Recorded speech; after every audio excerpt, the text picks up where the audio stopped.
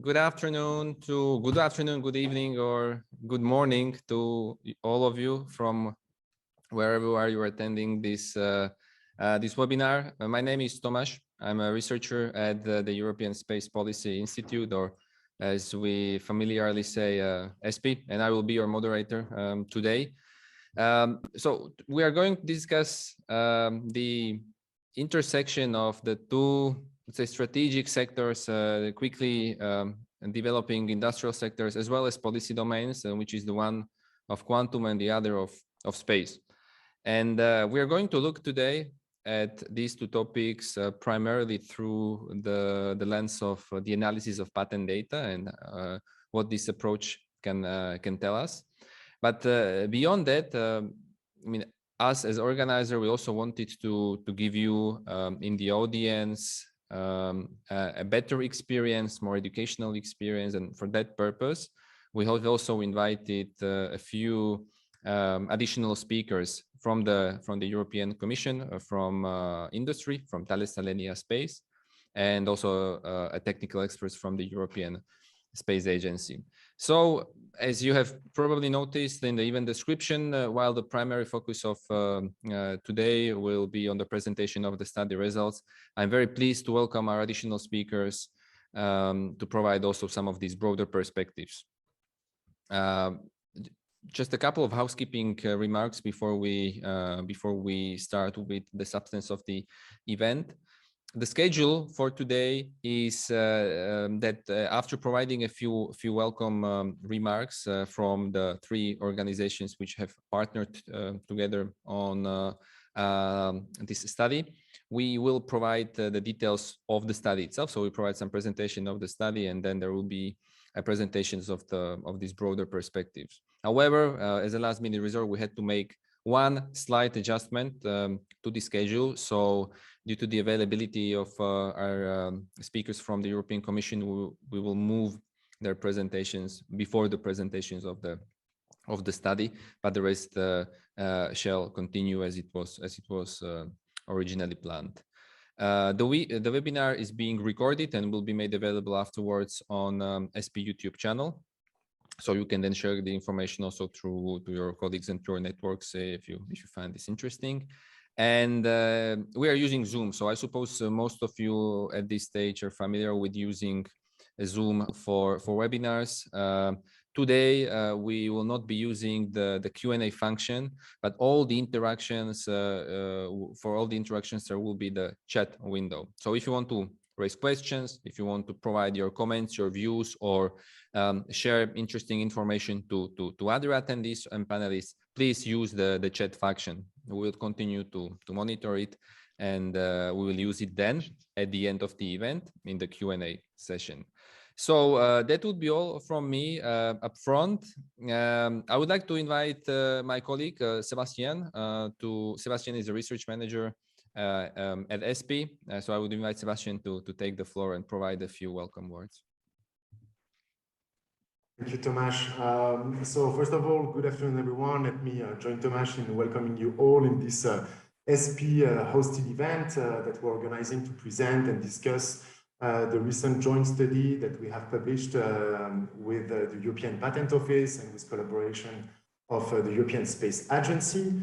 For those of you who are not familiar with ESPI, basically we are the European think tank for space affairs, and our mission is to investigate and raise awareness on key trends affecting the space sector and major issues at stake. And on this, I believe, and I was quite delighted that 2 years ago, we found out that there was a convergence of interest with the EPO and with ESA on this specific topic of patent filings analysis, in particular in the space domain. I will let them, of course, we'll let Johannes and Nuria share their own respective and their own interest on the matter. But on our side, on ESPI side, we were very much eager to explore the light that patent filing statistics could shed on trends in the space sector. So for that, this is actually something that we started 2 years ago now.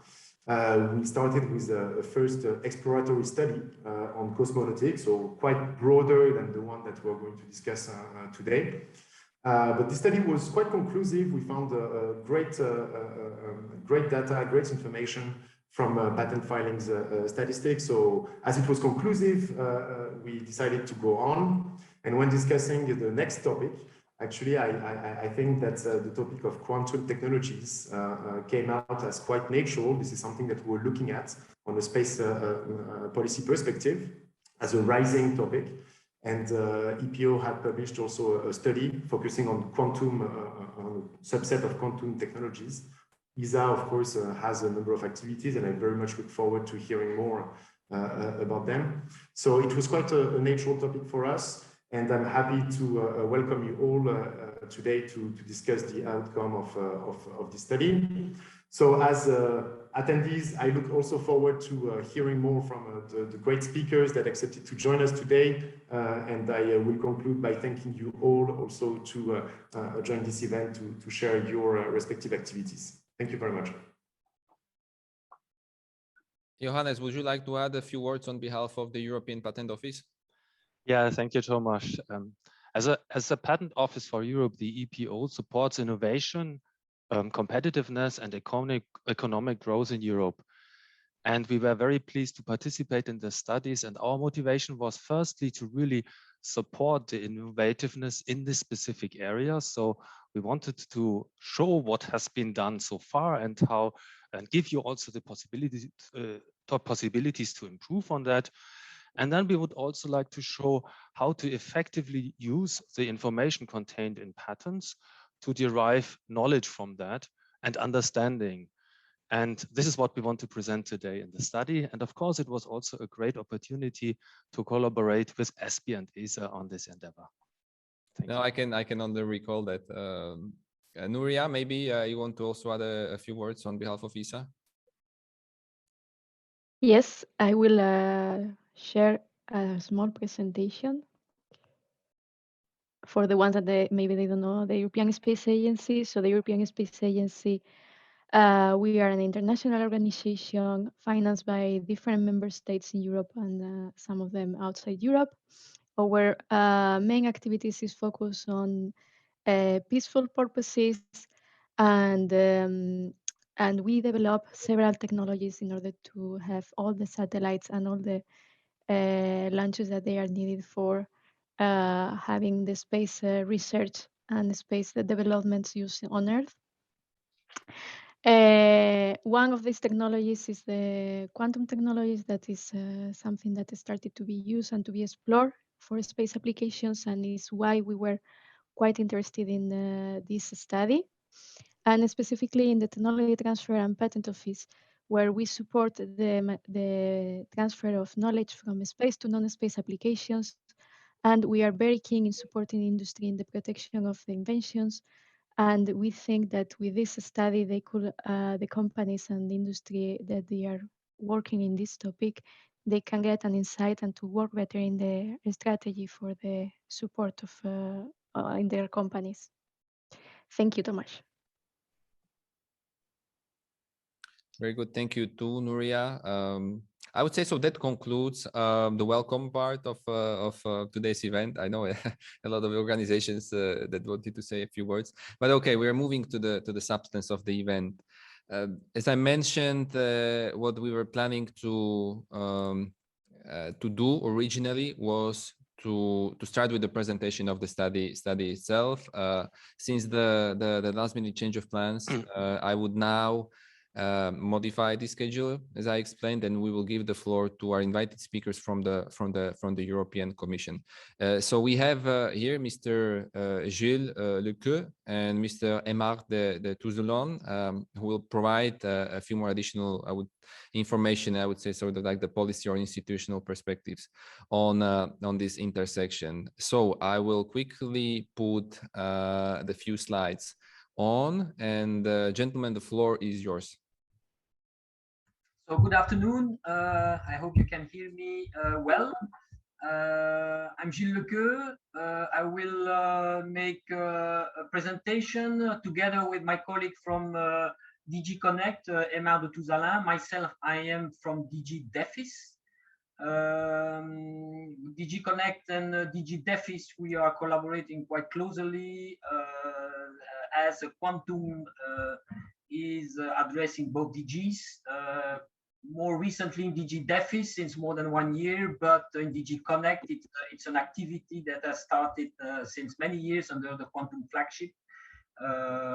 So we will focus our presentation on quantum communication, quantum sensing, and finally on the activities we put in place under the Horizon Europe framework program for research and innovation.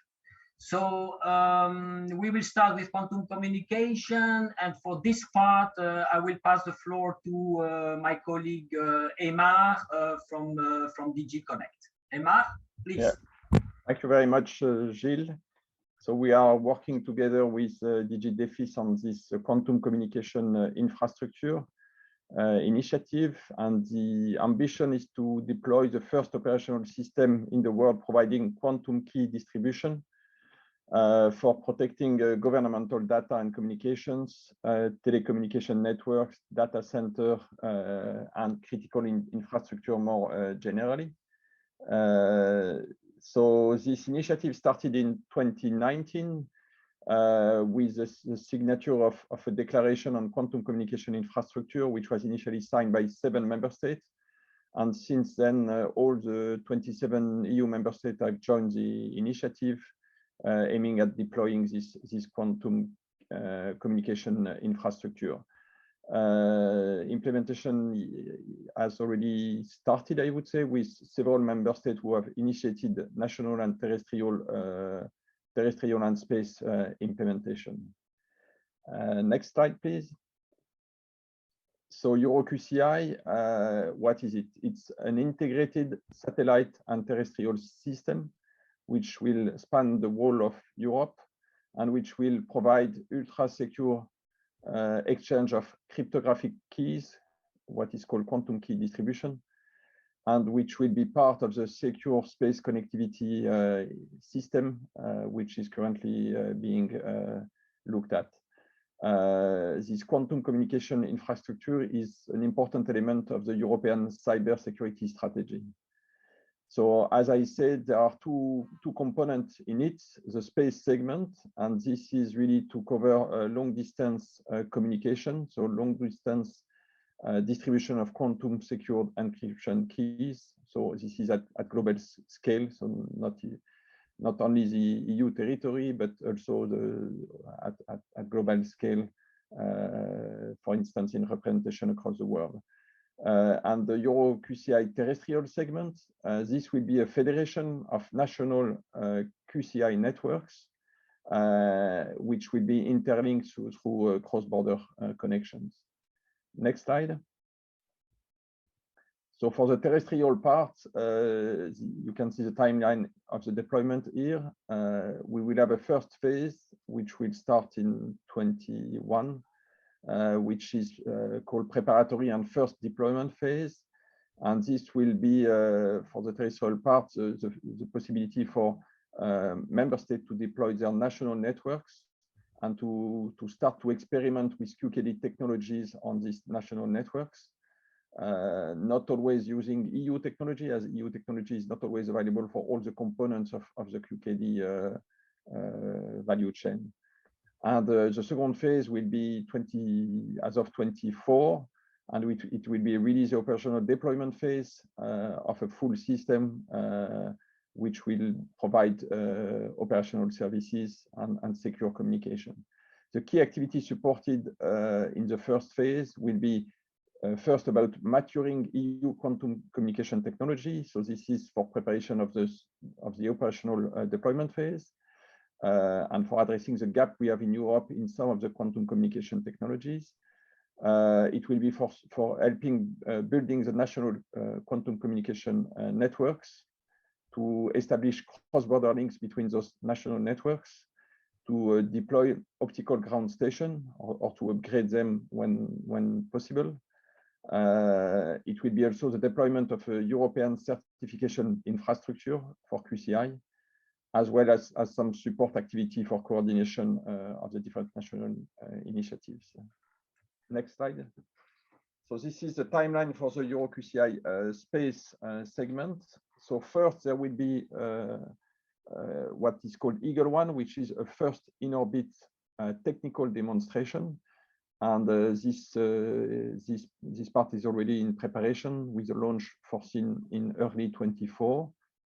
As I said, this is a technical demonstration. It will be followed then by 2 generations of systems, first and second generation. The first generation should be launched by end of 24, early 25, and it will be the first end-to-end system. And the second generation aim at the full operational system, but this is longer term for 28. The second generation will be integrated into the secure connectivity initiatives, which is being prepared in parallel. There is quite a number of key technology which still need to be matured in some case, and which still need to be also made in Europe progressively, at least before we move to an operational system. But I can provide you a little bit more detail on each of those 3 blocks. On the next slide, please. So Eagle One, this will be a low Earth orbit satellite, and it will do in-orbit demonstration and early tests with the ground segment. Eagle One is under development by ESA. It's funded both by Horizon Europe, by ESA, as well as by industry. And it will deliver some proof of concept, technical proof of concept, testing the interface with the optical ground station. It will be followed by a first generation, which will be really the deployment of a first constellation of a few LEO satellites, which will use EU technology. The first of the satellite will be funded and led by ESA, and it will be then followed by additional satellite funded by the European Commission, and possibly as well additional satellites from member states which may join this constellation. It will deliver, in terms of services, the possibility to exchange quantum keys between different sites on EU territory.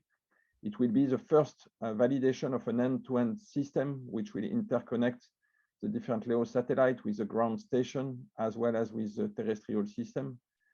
It should provide a good coverage of the user requirement, as well as progressively the security requirement necessary for this type of secured communication. The next phase will be the second generation. As I mentioned, this will be the fully operational system, which aim to be integrated with the secure connectivity initiatives, which is currently being prepared. So I think this was a few slides to introduce to you the EuroQCI initiative, and I will pass the floor to Gilles for the next part. Thank you, Aymar. As said before, from the space perspectives, we are looking for the moment, in particular, to quantum communication in relation with EuroQCI, as Aymar has just presented. And the second topic we are addressing for the moment for the use in space is the quantum sensing, but in particular the quantum gravimetry for space and space application. Next slide, please. Voilà. So we all know that there is a long history on space gravimetry. We have learned a lot of experiences from previous space missions, Sean, Grace, and Gauthier. But today we see that the requirements from the users from gravimetry are more and more, let's say, demanding in terms of performances and other aspects. So we see that the current technology, traditional technology, is reaching its limit, in particular on accelerometer performances. So we need a new breakthrough on technology, and to bridge this breakthrough, we are at commission level looking at a fully fledged quantum gravimetry mission. So why quantum? Because quantum is expecting to offer improving performances, but not only improving quality data, offers no drift, is drift-free measurements, it offers higher absolute accuracy, higher sensitivity. So for a number of reasons, we see the need to test the feasibility and the performances that this quantum space gravimetry could offer.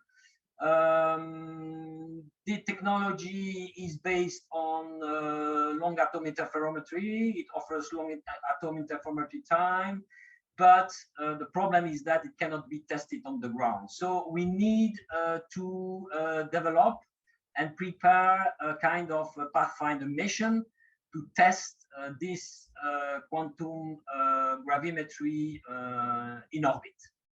So what we are doing is preparing and developing cold atom interferometry based technology for such a pathfinder mission in orbit. Next slide, please. So we have put a process to develop and prepare and develop this pathfinder mission. We have set up a collaboration with European Space Agency on one side, and on the other side, we have set up also a consultation platform with member states because we want the member states to be on board of this very ambitious objective. So we have this process all together. We are running this process all together, steered by the Commission. So the main objectives at long term is, of course, first to mature the technology. We need to improve the TRL of all the quantum space gravimetry components, and to do this at the moment we use the Horizon Euro funding instrument.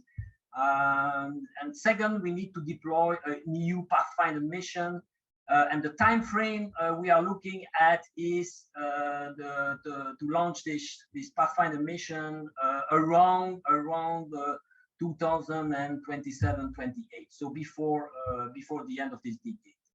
With the pathfinder mission will aim at demonstrating the technology based on Bose-Einstein condensate technology demonstrated in orbit to assess the feasibility of the mission concept. And one important point, and it's the same as for quantum communication, we want to ensure EU non-dependence and strategic autonomy and EU leadership in this domain, because this is considered as QPD also a critical technology for a number of reasons. And one of the reasons is that we also see some opportunities for using this type of technology for other applications, for example, in the defense sector.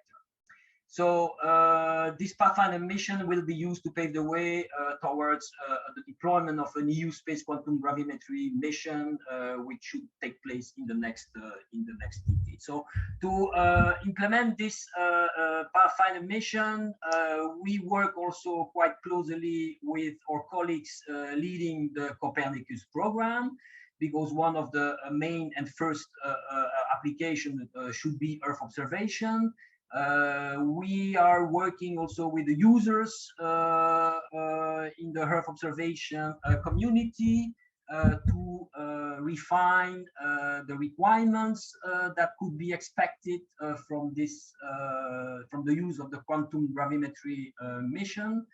So there are a number of other, let's say, applications that could also be expected from this type of technology in the context of the exploratory mission, Moon, Mars, etc., but also, as I mentioned before, in the area of defense. So it would be also a possibility to combine with a ground network. This is also part of our vision for quantum gravimetry, and this is, of course, we want EU to lead this new technology, which is considered as disruptive technology in our vision. Next slide, please. So now, for the first time, we have put quantum as a priority in the space part of the European Research and Innovation Framework Program, which is Horizon Europe now. So in the work program 21 and 22, next slide, please. We introduce two main priorities, which are quantum related. First one related to quantum communication. There is one topic on end-to-end satellite communication systems and associated services. This goal is now open with a total budget of 12 million euros. 2 or 3 projects should be selected. And this topic includes a sub-priority related to quantum to secure quantum communications, to the development of components. And secondly, another sub-priority, which is especially focusing on quantum key distribution. The second topic in the current work program under Horizon Europe is related to space gravimetry, quantum space gravimetry. Here, as mentioned, the focus is on the increasing of TRL of all the components, in particular the critical components of the quantum space gravimetry payload, to build a quantum gravimetry especially devoted to be used in space. Again, non-dependency is an important dimension. The technology is based on cold atom interferometry, including Bose-Einstein condensate. This is a call that is now open as well, with a total budget of 17 million euros. And here, one project should be selected out of this call. Voilà, I think it's we are finished. Thomas, the floor is yours. Thank you very much for a comprehensive overview of the different technologies pursued in the current R&D schemes. We received one question towards the end. Well, it's a fairly specific one, so please let me read. Well, basically, you can see it in the chat, but one of our participants is asking whether there are any projects related to the emerging field of quantum biology. Is there? Are we able to reply to that? Maybe Bruno from ESA, if you have any knowledge on that, feel free to take the floor as well. Okay, no. Quantum biology is a research field that is exploding at the moment. There are no applications that we know of that could have a space application, but of course we're open to anything that will be useful. I mean, quantum biology is still at the research level. There's no hardware at the moment that I understand. It's more a matter of understanding how quantum actually affects the biological processes. If I may complement, I think on quantum biology, there are possibilities under the European Innovation Council, where there is a Pathfinder initiative with an open call to any technology, and where this type of very early stage quantum biology research can take place. There has been research project there on those kind of topics. It's not covered by the quantum flagship, which because it's very early stage as well. But this is probably, I think, one of the only place together with ERC where you could get funding for quantum biology. There is another question from the audience which asks basically the same, but not about quantum biology, but about quantum metrology. Are we able to reply to that? Are there any projects related to quantum metrology? I can maybe start, Thomas. When speaking about quantum metrology, to what come to my mind is the clocks, the quantum clocks, the atomic clocks. You know that the atomic clocks are a key component, if not the most important component in the Galileo system.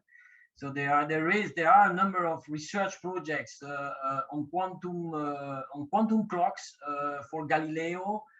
You know that we have a problem of dependency with the current clocks. So we have put in place, let's say, a kind of short research program to develop new clocks made in the EU for Galileo. We see also quantum clocks as an important priority for what concern the use in defense. This is something we have no activity yet, but it's I can tell you that we are reflecting right now. Space is an important dimension in the defense clearly, and we have an internal reflection now on this. What might be the priorities for dual-use technologies in space and defense, and for what concerns quantum, quantum metrology is part of the priorities, as well as quantum radars. Quantum sensors in general are, of course, a priority with regard of dual-use technologies. Sebastian, I believe you also wanted to raise one point.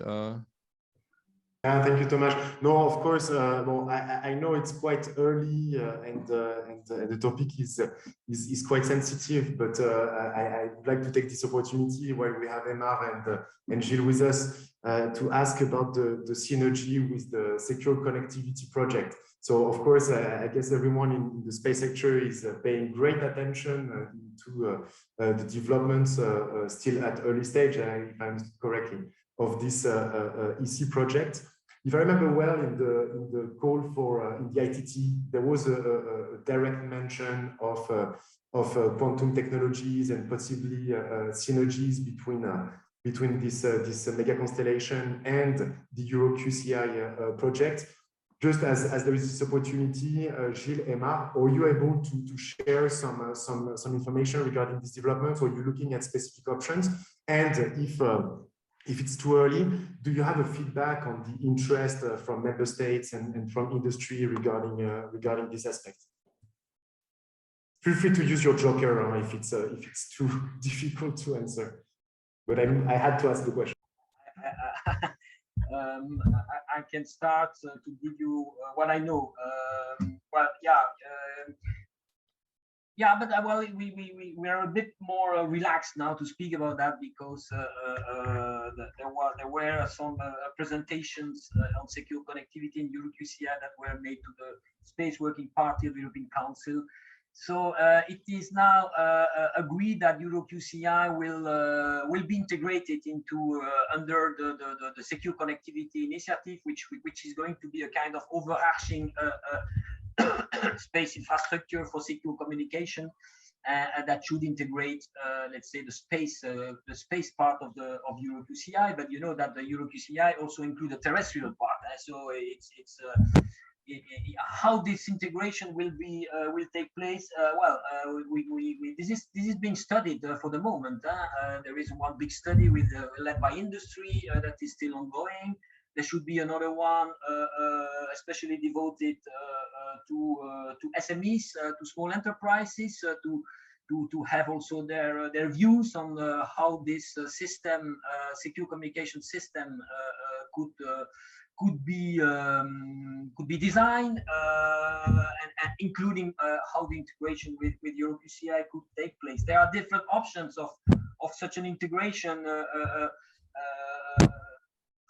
Taking the opportunities from both the EuroQCI and secure connectivity on the two extremes. So we can put the QKD payloads on the secure connectivity satellites, which is one way of doing, one extreme option.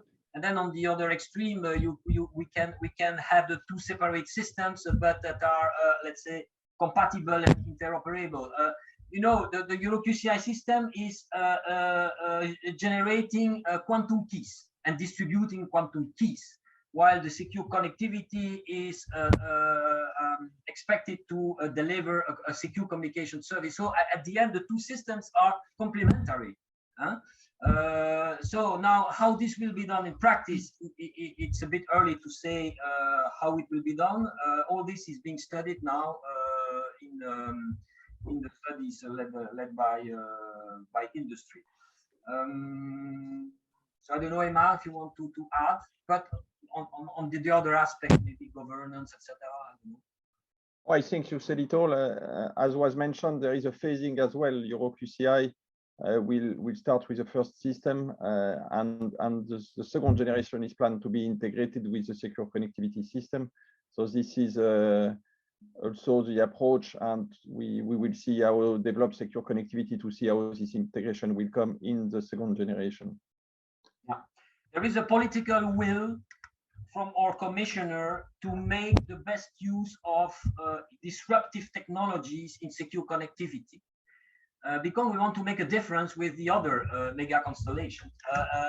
And quantum key distribution is one of those disruptive technologies that we are aiming to integrate into the secure connectivity system. Voilà. So how this will take place, we will know much more in the next months for what concerns the aspects of legislation, governance. There is also an important aspect of security. Security, we speak here about secure communication, quantum crypto. So you can imagine that there are the aspects of certification on one side, accreditation on the other side. All these aspects are being addressed right now. With QKD, it's a new technology. We never demonstrated this technology in space in Europe. So we need to start quickly. That's the reason why we push forward the demonstration of the technology through Eagle One, as mentioned by Emma, supported by Horizon Europe, also under the IOV topic. And hopefully the test will be positive, and then we will continue with the third generation and the second generation to be integrated in the secure connectivity around 2028. Around. Very clear. Thank you very much. Yeah, thank you for that. That was very detailed. Due to some time constraints, I would thank you once again for staying online even beyond the agreed time, which is greatly appreciated. And we will move further down in the agenda. And so the next point in the agenda, which is actually the presentation of the results of the Patent Insight Report Quantum Technologies and Space, produced by EPO and ESPI in collaboration with ESA. So without further ado, I will put it right there on the screen, and I will invite my colleague Johannes to begin. So thank you, Tomasz, for this opportunity to speak to all of you today. So welcome everybody to the presentation of this Patent Insight Report on Quantum Technologies and Space that has been produced by the European Patent Office EPO together with ESPI and in collaboration with the European Space Agency ESA. So I would like to give you a bit of a background about the studies, the Patent Insight studies that we are doing. So on the next slide, you will see an overview of the recently published studies. We have done one study on quantum metrology and sensing in 2019. And there was another study on CAR T-cell immunotherapy, also published in 2019. As Sebastian mentioned already earlier, we have already two studies now in the collaborations with ESPI and ESA, which is the first study on cosmonautics that was published in July 2021. And the other study, this is the study of today, Quantum Technologies and Space, was simply published last week. We had the honor to present it on our Patent Knowledge Week, our key event at the European Patent Office, where I also presented the approach that we have taken in the SME track. For 2022, we have scheduled other studies on green energy, on green topics with IRENA, on electrolyzers for hydrogen production and offshore wind energy generation. So further down the line, there will be also additional studies on quantum computing and quantum communication. So you see this is all well aligned with also what we heard from the Commission earlier. So the Quantum Technologies and Space report, you can download it from the EPO's homepage. I will put the link in the chat, or maybe one of the colleagues will do that in the meantime while I'm speaking. And we have not only published the report where Tomasz will explain some findings later, but we also published the supplementary material on how we did the study, how you can do such patent analysis, and also with a bit of background in the technology. We did not also want to show only the solutions, but we would also like to show all the ones who are interested in what are the actual challenges that we are facing in the specific areas. So coming to actually to the methodology of the Patent Insight Report, there is a first preparatory step where we really identified the quantum technologies and space. So the question here was really, what is relevant for space? And when we see later the list, we didn't put, for example, quantum computing in there, because yes, ESA, as other organizations that are dealing with space, will have also to process large amounts of data that is getting more and more, and quantum computing could be one approach of doing that. But we don't see currently a way of sending a quantum computer up in space or having a space-related, a truly space-related application for that. So in the end, the data that we get from space is data, and there is no specificity to this data that relates to that. So we said that's not really probably one of the core technologies. So we had really intensive talks with ESA experts and also experts from the EPO. And we shortlisted then the topics QKD, cold atom clock, and cold atom interferometers. No new topics. The commissions talked about them before. So what was kind of the approach? So we developed jointly with the examiners the queries. And the goal when you define such queries to find the relevant patent documents is always you want to improve the precision. So you want to remove all the noise of non-relevant documents. And at the same time, you want to improve also the recall so that you recover all relevant documents. So our basic approach was mostly that we did very broad queries to recover most of the documents. And then actually in some areas, especially cold atomic clock and cold atom interferometers, we had really to invest later than quite some time in really improving the precision, so sorting non-relevant documents out. So we had examiners doing that. I myself was also working hours on that. So I must say, as a lesson to learn from this exercise, sometimes it's really difficult to simply run the query and trust the statistics. We had to really do several rounds here in improving the data, which is in most cases actually the hard work. And then actually now we wanted to make a difference to previous study that have been done in this area. And this is especially this aspect of putting a space filter. So how do we identify which of these technologies are relevant for space in the end? Maybe they are simply only working then on QKD on Earth. If it's fiber-based, for example, it won't make any sense to deploy this to the satellite system. So what we did there, we defined query terms, search terms like microgravity or satellite to find respective documents. And we also looked into the classifications that are given by the examiners. You know that all the patent documents are classified, and these classifications are really a high quality means of sorting out which are the most relevant documents. And then again, sometimes we had to go manually in there and check that we really have the right filter there. In some areas, for example, cold atomic clock, cold atom interferometers, we also added some other keywords or some other notions of, is this a compact design? Is that a design that would withstand the launch or would withstand the harsh requirements in space? So these were actually then also manual additional criteria that we added on top of the simply automated searches. And using all that, we visualized the result, we identified connections and correlations, and then we formulated the insight that Thomas will present later. Now we are actually at a stage of knowledge sharing and training. So we will explain our approach also to other EPO users, not only in the space community. We'll explain how to do this as I just outlined. And then we also provide trainings. So one training I also delivered last week that was on the SME track on trend monitoring. The training will be online later. So if you search the EPO web pages, you will find that.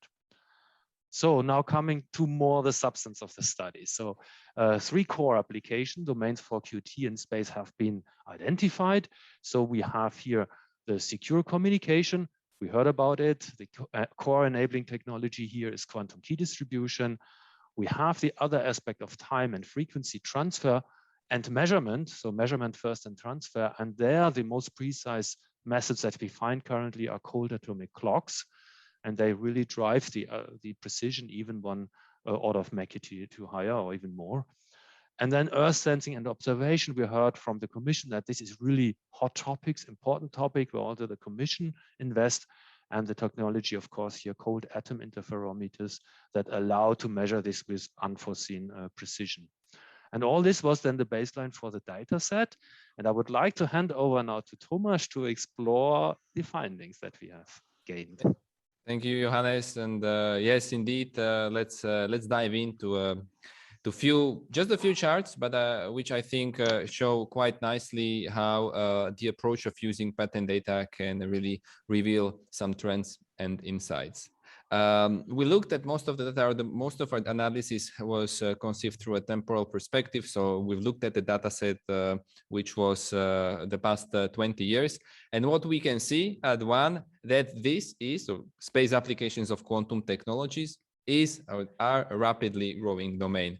Specifically, in the past 5 years, we are seeing basically a 400% growth in patent filing activity, which is truly significant. At the same time, and this is also in the title here, it's still a niche field of the broader quantum technology sector. And you can see this in the pie chart on the right side of your screen, is that the application of the space filter that was just explained by Johannes is basically shown there as the very small part of the overall pie of QKD, cold atomic clocks and cold atom interferometers that do not really bear any relevance for their uptake in the space environment. And this figure would be even lower if we had considered quantum computing in the dataset as well.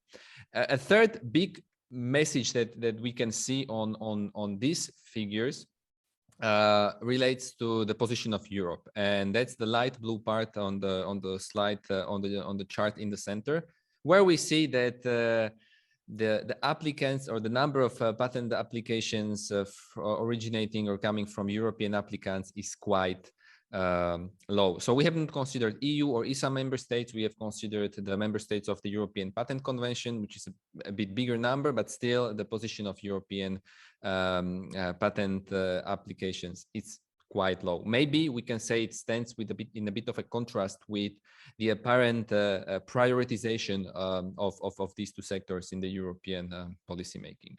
But so speaking about the origin of inventions, then the question is legitimate. So who are those applicants, or what are those countries from where we see the most of patent filing activity in the space applications of quantum technologies?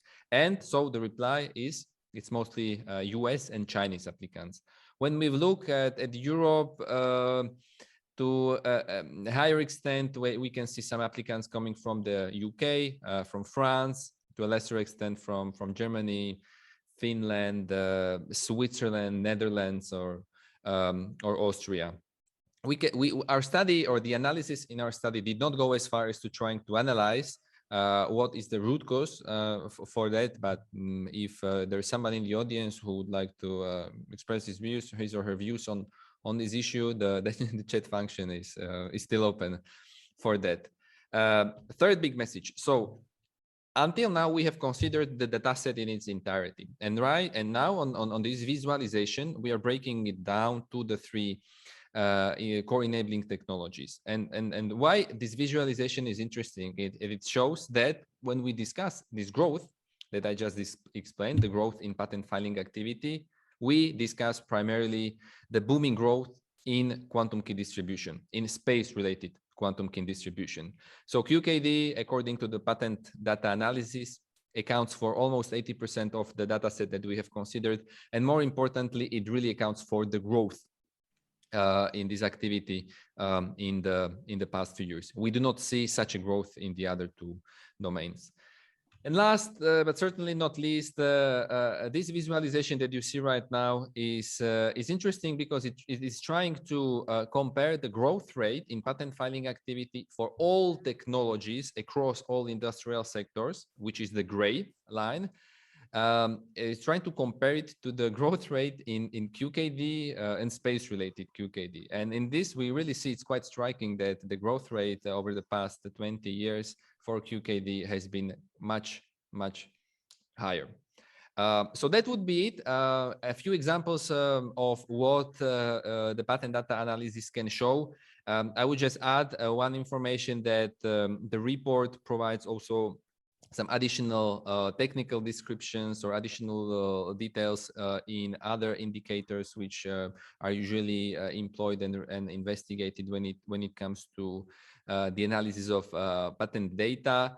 And as already mentioned by Johannes, we have a self-standing supplementary material which provides some additional details in methodology, in technology description. So again, I invite everybody to visit the website, and so I see it has already been put in chat, and download and read it for free. That brings us to the end.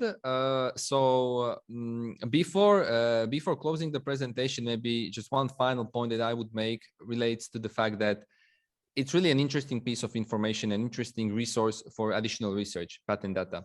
And you see, these partnerships has been a partnership of 3 organizations which have their own objectives, which do not necessarily share the same goals, but we all find it useful and we all found it interesting to do this exercise, to deliver insights which serve all of our needs and our objectives. So with that, I'm closing the presentation, thanking you for your attention. And since we need to move again down in the agenda, I will now invite Bruno Leone from ESA to do a bit more technical presentation. So for those of you in the audience who are interested in more technical details and technology developments, this is the presentation that you should certainly follow. So Bruno, the floor is yours.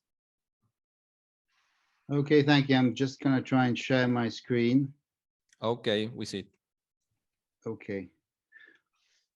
Yeah, so thank you for inviting me. I wanted to briefly talk about what we've been doing in quantum technologies at ESA, and I'm presenting on behalf of my colleagues listed here. And also I want to emphasize that quantum technologies are important for ESA. Recently, our Director General has launched an initiative to develop 3 new technology R&D activities or initiatives in 3 areas, and one of them is quantum technologies. And this was published in the Agenda 2025, which is basically the roadmap for the agency for the next 5 years. So here again, maybe this correlates a bit with the patent filing, but the interesting quantum technologies is of course a global one, and you can see on the map which of the countries in the world are funding it. But maybe the first thing that to define is what do we consider as a quantum technology? And usually we're talking about essentially hardware that makes use of superposition of states, wave particle duality, entanglement properties, or the uncertainty principle, or any of those combined. And why are we interested in quantum technologies? Mainly is because they allow us, as Gilles already mentioned earlier, allow us for high precision measurements. They also lead to new technical developments, such as quantum cryptography and quantum computing, as we've seen, but also in the future, we're hoping that we will get more topics coming up from these technologies. And lastly, they do help us test fundamental physics. So I'm going to talk about 3 areas that we've been working on. And the first one is quantum key distribution. As you can see from the list here, it's a small print, but just to show that we've been working on QKD a little under 2 decades. And one of the things that we've done first was to test quantum key distribution in free space. As you know, the first attempts were using fibers. And at the time, this was a record 144 kilometers entanglement-based quantum communication between La Palma and Tenerife. And a few years later, we complemented that with a quantum teleportation experiment across the same distance. And all of this has really increased our know-how in the area, even before, dealing with the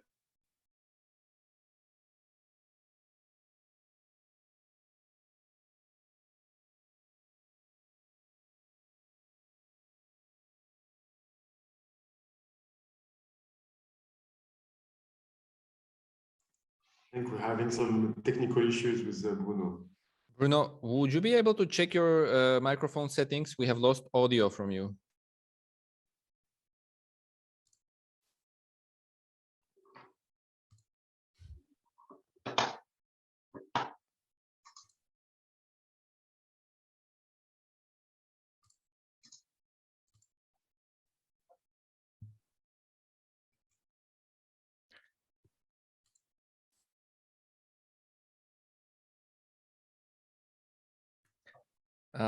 So we'll try to on the background. Please give us a few seconds to make sure that we find a way how to bring Bruno's audio back. We tried to muting him, but it didn't work, so we tried something different. Hello, Bruno, can you hear us? We lost your audio, so can you maybe try? Yep, please. No, we still don't hear you. Can you try speaking once again? No. Unfortunately not. We lost you somewhere in the middle of the slide. Probably you were saying something very sensitive. We'll try to bring Bruno back.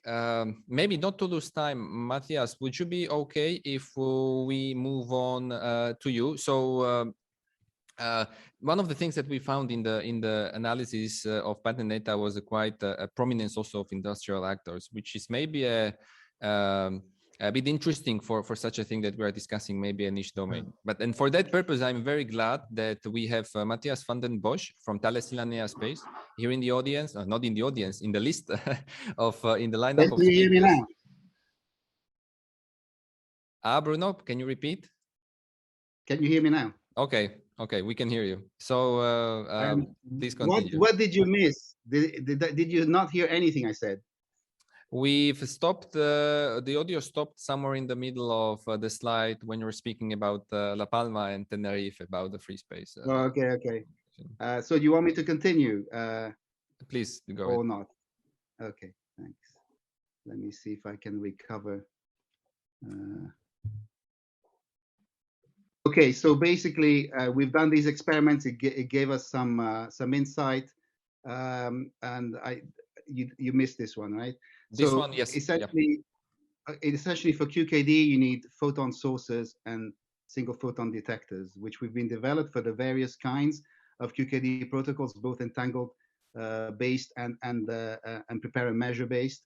And you also need to understand the atmosphere and the interaction between the atmosphere and the quantum state of photons. So those are the three things that is sort of fundamental research that we needed to sort out, and we are doing this, so we've done part of it. And then the next thing is once you have photon sources, photon detectors, you need to integrate them into a payload, or in any case, a system which is basically optical terminals. And those are telescopes with electronics, etc., that can be used from the ground or from space. Now, fortunately, ESA has a lot of experience in classical optical telecommunications, and so these terminals are already available. And so little effort has went into that, and we're able to take advantage of the development, the parallel development going on in optical telecommunications. And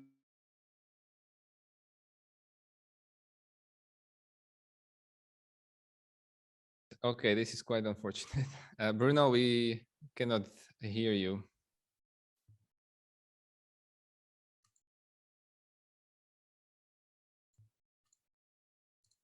I will take the liberty of stopping your presentation, Bruno. I suggest we move to Matthias while we try to sort out the Bruno's connection issues in the background. So Matthias, I hope I can invite you back to to take the floor after I already introduced you. So please, the floor is yours. Okay, thank you very much. Can you hear me properly? I can confirm, yes. Okay, fine. Good. So I'm Matthias van den Bosch. I work for Thales Alenia Space, and Thales Alenia Space is the space division of the Thales Group. And the Thales Group is an entity that has been investing in quantum technology for at least 25 years now. And we have to tell you to give you an element that is related to this presentation. Actually, we have patents that have fallen in the public domain because they were too old. On quantum, especially on quantum communications. And so this is something that tells you how long we have been involved in the topic. And actually, probably Thales is a special company in the sense that we have a full-fledged research center in mainly in Paris, but also with antennae in Singapore, Montreal, and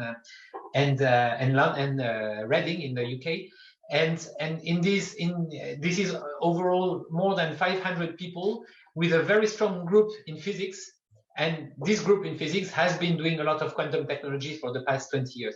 So basically, we are quite thankful to the European Commission and ESA that take this subject at the level it has to be taken. First through the flagship, then through the QCI and Saga that is related to the QCI, and now on more advanced topics such as cold atom gravimeters or things like this. So within this framework, Thales has been doing a lot of things. We have been, for instance, we have developed gravimeters, cold atom gravimeters that are basically on a chip, and that are very fast. I mean, they can deliver a measurement of the gravity field in less than in a few milliseconds, which is very important for space because as satellites are flying very fast, if you need a long time to integrate the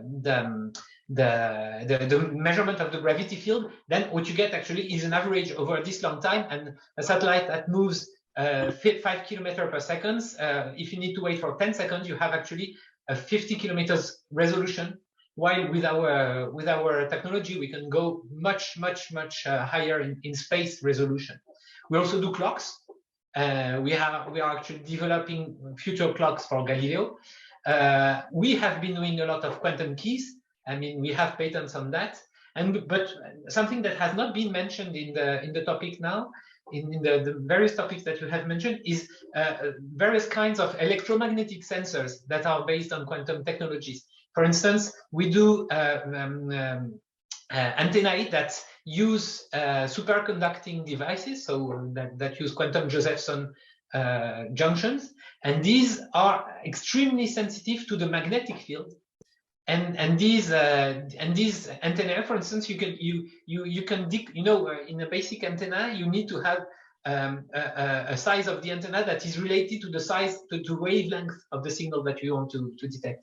With this kind of system, it's no more the case. So you can detect a very large wavelength signal with a 1 square centimeter antenna, for instance. So this is the kind of topics we are developing. So this might not all show in the patent statistics because, in France, when we file a patent, it first goes to the military. They say, oh, we keep that for us, and we don't deliver a patent. You see the point.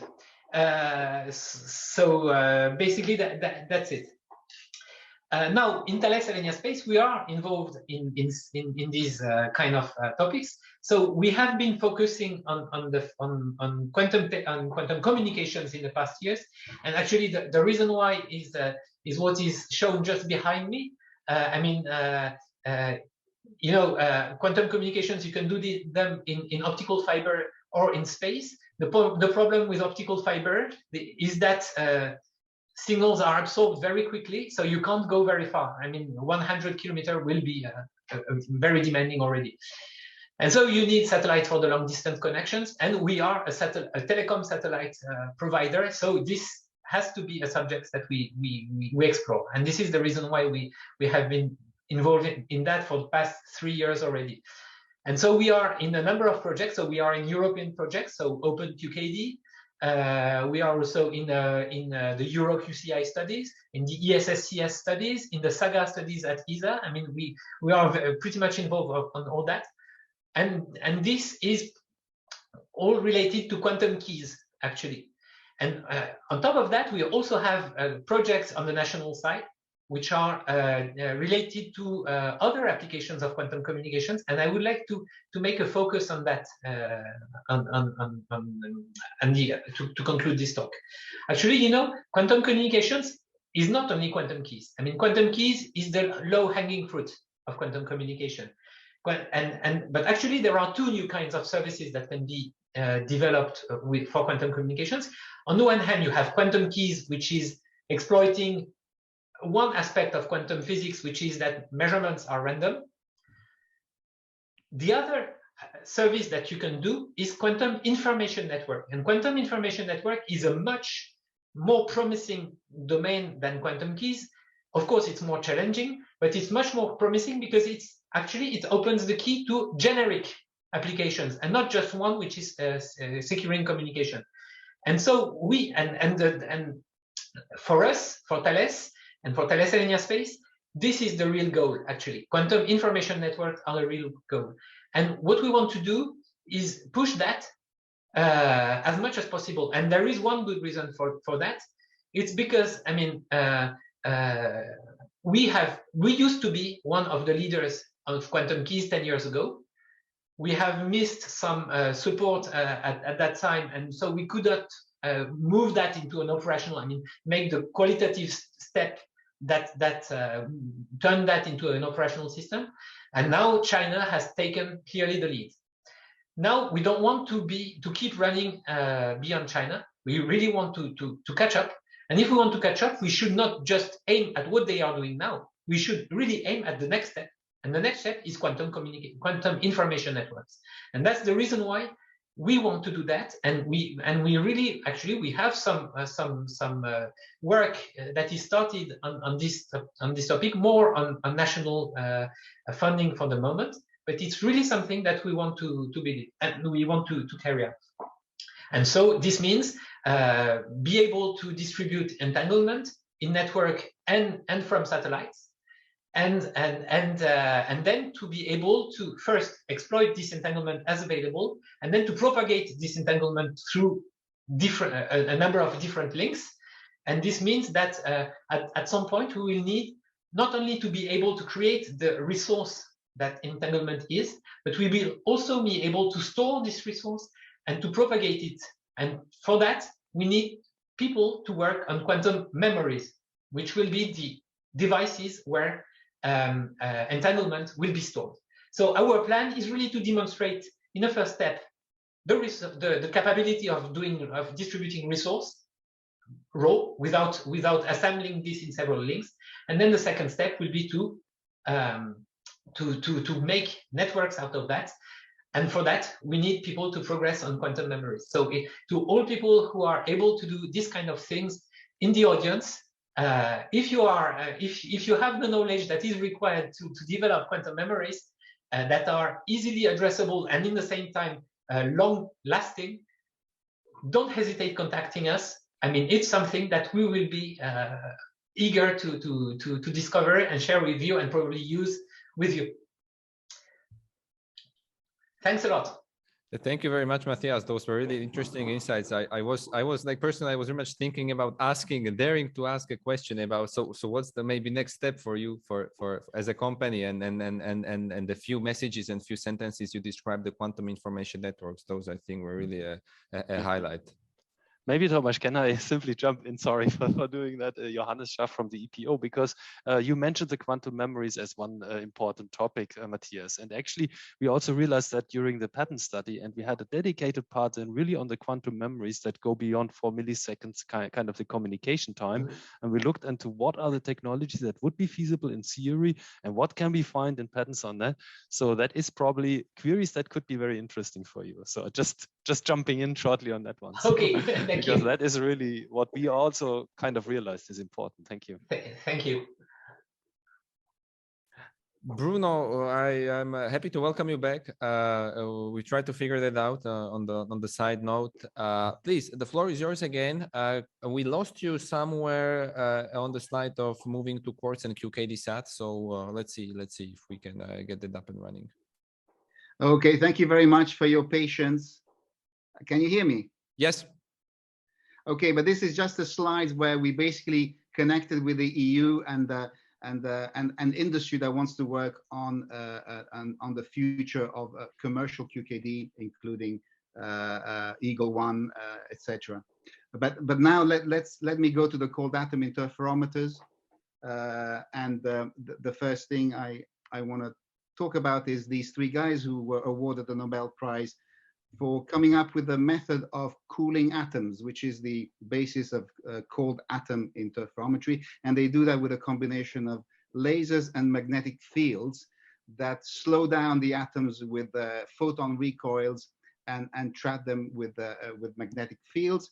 And in addition to that, you have also the high polarization fields that further cool down the atoms, which end up giving you something like this. I don't know if you can see the picture, but this is a vacuum chamber with a low partial pressure of rubidium, where lasers and magnetic fields are used to cool this little red dot of rubidium atoms that are fluorescing at 780 nanometers in the red. And the temperature of these atoms is of the order of microkelvin. That's about a few millionth of a Kelvin above absolute zero. So that's very cold, but that's not cold enough. Gilles Lecoeur mentioned during his talk that we want Bose-Einstein condensates, BECs, because we want to make sure that during the experiments in space, the atoms, when they're released from the trapping, they don't go expand and hit the walls of the vacuum chamber. So you actually want even colder. And there's another Nobel Prize here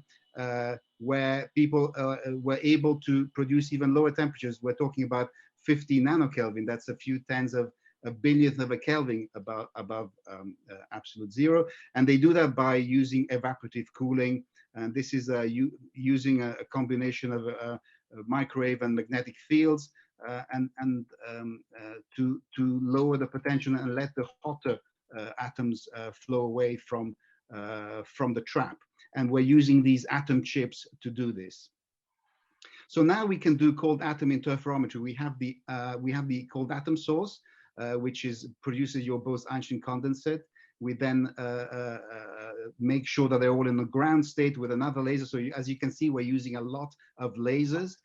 In the third, then we have a 3-pulse interferometer. Again, we're using light to split the beams of matter and recombine them. You can imagine these light beams as a standing wave that acts as a grating, a bit like a physical grating would split and recombine light beams. And so we do this with matter beams, essentially. And in the end, we detect the relative population via fluorescence. And why is it interesting? As was mentioned already today, this kind of interferometer has orders of magnitude higher sensitivity than optical interferometers. And the other thing they have, the other advantage they have compared to, say, accelerometers based on macroscopic proof masses, is that there is no measurement drift. So they're very, very useful for what we've already talked about, essentially planetary gravimetry. And there are many ways of doing that. The way that ESA has done it in the past was with a mission Goce, using gravity gradiometers, using proof masses. And the next step, as was already mentioned, and we might do, so there is a chance of doing this with a commission, is to use a cold atom interferometry based gravity gradiometer.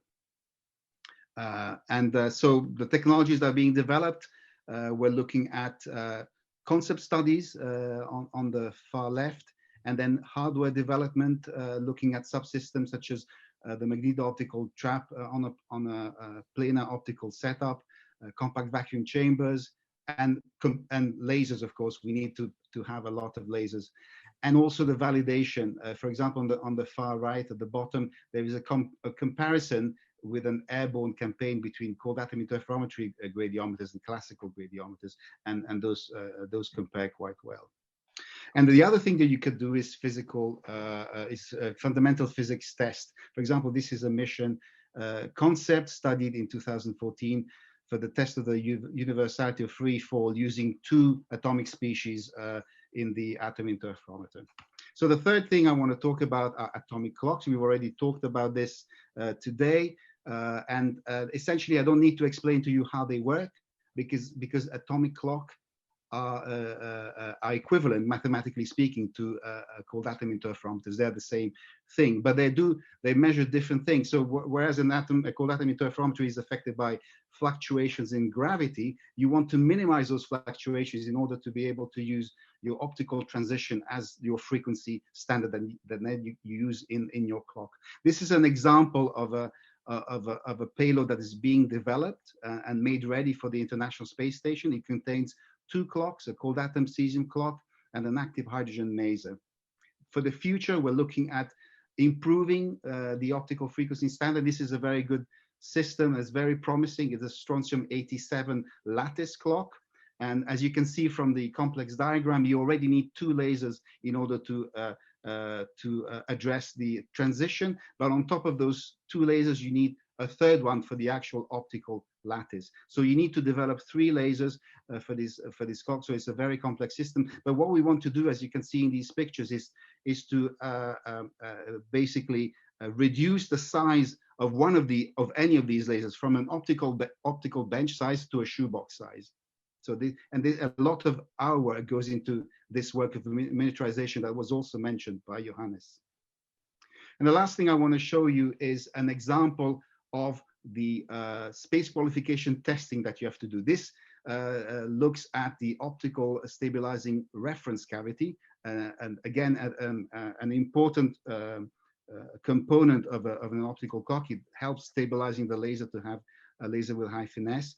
And here you can see the tests that need to be done in order to make sure that these components will survive the space environment. So you have shock testing to survive the launch, radiation testing to survive the radiation environment in outer space, vibration testing again it's for the launch environment, and the thermal vacuum testing. So once you've done all of this with all of the components, then you're confident that your payload can fly. And that's all I wanted to say, and thank you for the attention. Thank you very much. Sorry for that. Thank you very much, Bruno, for these additional technical details. So we're running short of time, but if there is an interest in the audience to raise questions, I suppose we can carry over for a few minutes. I see already a first question. So our participant is asking us whether there is a launch date for ACES. No. Not yet. If I may, maybe one technical follow-up. I've been hearing, Bruno, this is towards you. I've been hearing that there is potentially some interesting use case for quantum gravimetry sensors beyond Earth observation, like further in the solar system. And I believe the Commission presentation also mentioned that. Can you maybe share more on that? Yeah. So in the I have to go through the slides quickly, but in the timeline there is one mission that is being that has already happened. It's called GRAIL.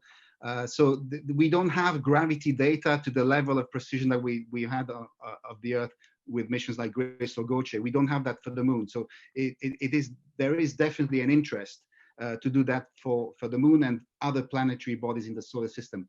The problem is, of course, is when you go for planetary missions, your payload has to be even smaller and use less resources because of the launch constraints. So first, we need to have a gradiometer, gravity gradiometer for our planet, and use that. And then we will have to work on the miniaturization of this technology in order to be able to use that for planetary exploration. Thank you for sharing that.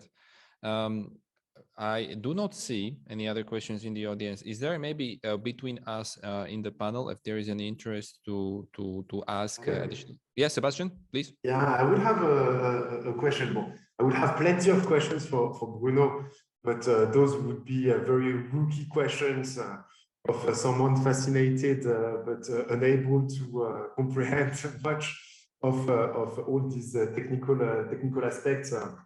But I would like just maybe to ask a question to Matthias. I would be very much eager to hear a bit more about this concept of quantum information network. And also maybe before that, a question regarding the commercial business potential of quantum-related technologies. We heard a lot about R&D, about public programs. We ourselves looked very much into the patents aspect. I would like to get your insights on how you see the commercial potential, not only to serve public programs, but also potentially some commercial markets. Okay, so let's split the answer on quantum keys on the one hand and quantum information on the other one. So for quantum keys, I mean, the current assessment is that usually people, when people think about secure communication, they think about the military. The thing is that the real motivation for quantum keys is that at some point when we have powerful enough quantum computers, they will be able to execute algorithms such as the Shor algorithm that has been known for 25 or 30 years now, which is an algorithm for quantum computers that will allow breaking asymmetric cryptography that is widely used. I mean, probably this video conference is using asymmetric cryptography to protect the data.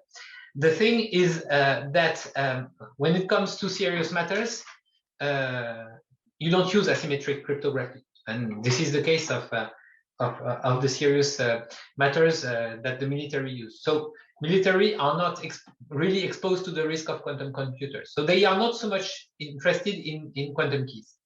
The ones who are interested in quantum keys are the guys who use HTTPS in their web browser.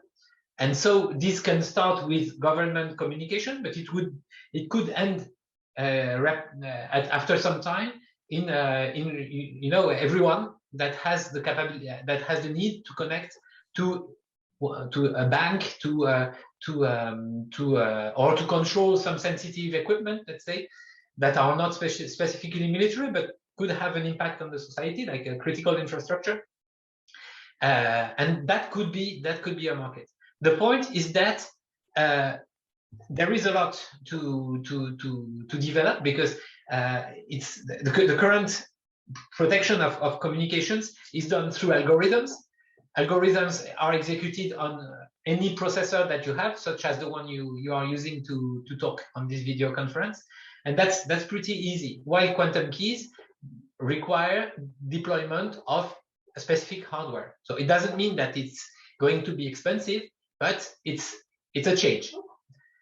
It's a change that brings a lot of that has a lot of interest, but has also, I mean, this drawback of needing new hardware. So the situation is that there is a sort of step to be taken to go to have this market emerge, and I think that I mean, the European Commission has very well understood that this step, this level of investment, was beyond what European private sector can do, is used to do, and so the European Commission has understood that there needs to be some sort of little push to support the industry, because the market will not emerge until there is something feasible available. And so this is why we are quite thankful to the European Commission for starting EuroQCI, in the sense that EuroQCI is a way to create a first market where companies will invest and develop and choose to work on that and not on other topics, to develop a first generation of products that will be then available for a commercial market. So to summarize the things we think that there is a commercial market that will emerge when this first generation is available, so probably by the end of the decade. In the meantime, we'll probably have this limited to public actors. But this is not something new. I mean, telecom satellites, for instance, have emerged exactly in the same way in the 70s.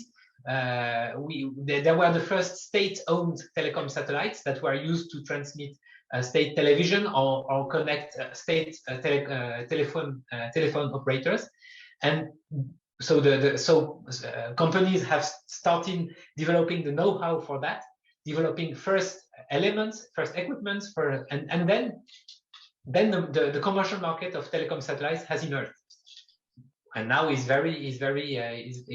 thriving. So that's something that we see. So for the market, we see that that for quantum keys, this is the way we see the things emerge.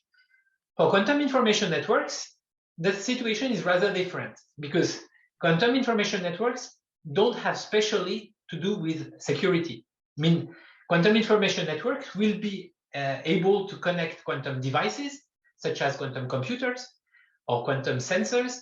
And the interest of connecting two quantum computers, for instance, to make into a network, is that the processing power will increase dramatically when you connect quantum processors. You know, when you take two laptops, you put them into a network, basically you have twice the processing power. When you will connect two quantum computers, you will not add the processing powers, you will multiply the processing power. And this is just by the laws of quantum physics. And the result is that even if you have small quantum computers, the interest of building networks of those will be immediately obvious. And so this is the reason why quantum information networks are really likely to emerge quite fast as soon as quantum processors are available in a reasonable manner, and as soon as we have the technology to connect them. So this is why we were talking about memories. But you know, when you talk with people, for instance, at IBM, who develop quantum processors, they tell you, well, you know, for the moment we have to use quantum technologies, quantum chips in a fridge. But the fridge, I mean, will not be able to have to accommodate a lot of qubits, because every qubit needs to be controlled by at least 2 optical fibers. And if you have 1,000 qubits in a fridge, you have 2,000 optical fibers, and 2,000 optical fibers is a huge thermal bridge that breaks the insulation of the fridge and that makes the fridge useless. So basically, you will need to have to build first networks of fridges, probably in the same room, and that will come quite soon. And then you will be once you are able to do that, of course, you will not limit yourself to the same room, and you will have the fridges in 2 different buildings, and then in 2 different cities, and that will be the birth of quantum networks. And then, so I took the example of quantum computers. The quantum sensors are also could be very interested in quantum information networks, in the sense that quantum sensors can be connected. You know, you can make interferometry by using remote telescopes. The thing is that if you want to do quantum interferometry, you need to collect photons in one telescope, photons in another telescope, and propagate them without losing the coherence to the same point, and do the interference at this meeting point. And this will require a quantum information network too, because you will have to teleport the states from the telescopes to the meeting point. So again, that's another use. And finally, I mean, we are thinking about that from the perspective of 2021, but you have to think of the guys who invented internet in the 1960s and had no idea of Facebook or Instagram or whatever. I mean, you can be sure that human imagination will find ways to use these kind of things in ways that we are just not able to imagine now. So the thing is, we are pretty much motivated to develop that, because we see really that not as something that is much more general purpose than quantum keys, actually, although it's more challenging. Hopefully it's not going to be for a quantum TikTok, but no, thank you very much. Exciting prospects. Very interesting. Thank you. So being a moderator, unfortunately, I need to close the event. We have surpassed the agreed timeline, but I think the discussion was quite exciting and fascinating. And to all of you, including in the chat and including you, my colleagues in the panel, I would like to express my sincere gratitude on behalf of us, the organizers, for taking times in your schedules and sharing all the insights. With that, As I mentioned already at the beginning, we will make the recordings available on ESPI YouTube. And there was a question on presentations. We'll try to put them as soon as possible. It might take some time on the event website. Maybe Tomasz, if you allow me, just maybe a final word. We talked about a first study on cosmologics, this study on quantum. This is not the last one. We still have a few plans, plans for subsequent studies in the coming years. We are discussing currently with the EPO and with ESA the topic that we will address next year. There are plenty on the table.